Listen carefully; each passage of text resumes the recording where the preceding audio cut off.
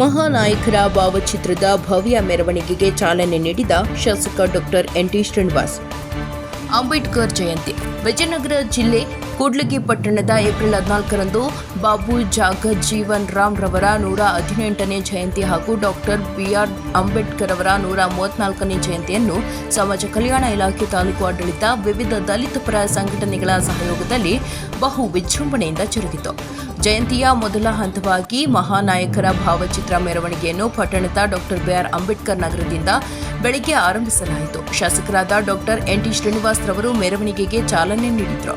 ತಹಶೀಲ್ದಾರರಾದ BK Netravati ಮೊದಲುಗೊಂಡು ಎಲ್ಲ ಇಲಾಖೆಗಳ ಅಧಿಕಾರಿಗಳು, ದಲಿತ ಪರ ಸಂಘಟನೆಗಳ ಪದಾಧಿಕಾರಿಗಳು, ಮುಖಂಡರು ಭಾಗಿಯಾಗಿದ್ದರು. ಜನಪ್ರತಿನಿಧಿಗಳು, ಹೋರಾಟಗಾರರು ಮೆರವಣಿಗೆಯಲ್ಲಿ ಪಾಲ್ಗೊಂಡಿದ್ದರು. ವಿವಿಧ ವಾದ್ಯಗಳ ವೃಂದ ಹಾಗೂ ಡಿಜೆ ಸೌಂಡ್ ಸಿಸ್ಟಂನೊಂದಿಗೆ ಬೃಹತ್ ಗೊಂಬೆಗಳ ಕುಣಿತ ಮೆರವಣಿಗೆ ಒಳಗೊಂಡಿತ್ತು.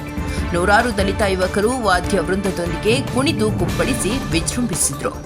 ಸಾವಿರಾರು ದಲಿತ ಯುವಕ ಯುವತಿಯರನ್ನೊಳಗೊಂಡ ಮಹಾನಾಯಕರ ಭಾವಚಿತ್ರವುಳ್ಳ ಮೆರವಣಿಗೆ ಪಟ್ಟಣದ ಪ್ರಮುಖ ರಸ್ತೆ ವೃಂದಗಳಲ್ಲಿ ಸಂಚರಿಸಿತ್ತು. ಮಧ್ಯಾಹ್ನ ಭಾರೀ ಮೆರವಣಿಗೆಯು ಮಧ್ಯಾಹ್ನ 12 ಗಂಟೆಗೆ ಕಾರ್ಯಕ್ರಮದ ವೇದಿಕೆ ತಲುಪುವ ಮೂಲಕ ವಿರಾಮ ಹಿಂದಿತು. ಜಯೋತ್ಸವದ ಮೆರವಣಿಗೆಗೆ ಚಾಲನೆ ನೀಡಿದ ಶಾಸಕರಾದ ಡಾಕ್ಟರ್ ಎನ್.ಟಿ. ಶ್ರೀನಿವಾಸ್ ರವರು ದಲಿತ ಹೋರಾಟಗಾರರೊಂದಿಗೆ ಮೆರವಣಿಗೆಯಲ್ಲಿನ ವಾದ್ಯಗಳ ತಾಳಕ್ಕೆ ಹೆಜ್ಜೆ ಹಾಕುವ ಮೂಲಕ ಮೆರವಣಿಗೆಯಲ್ಲಿ ಹೆಜ್ಜೆ ಹಾಕುವಂತೆ ಯುವಕರನ್ನು ಹುರಿದುಂಬಿಸಿದರು.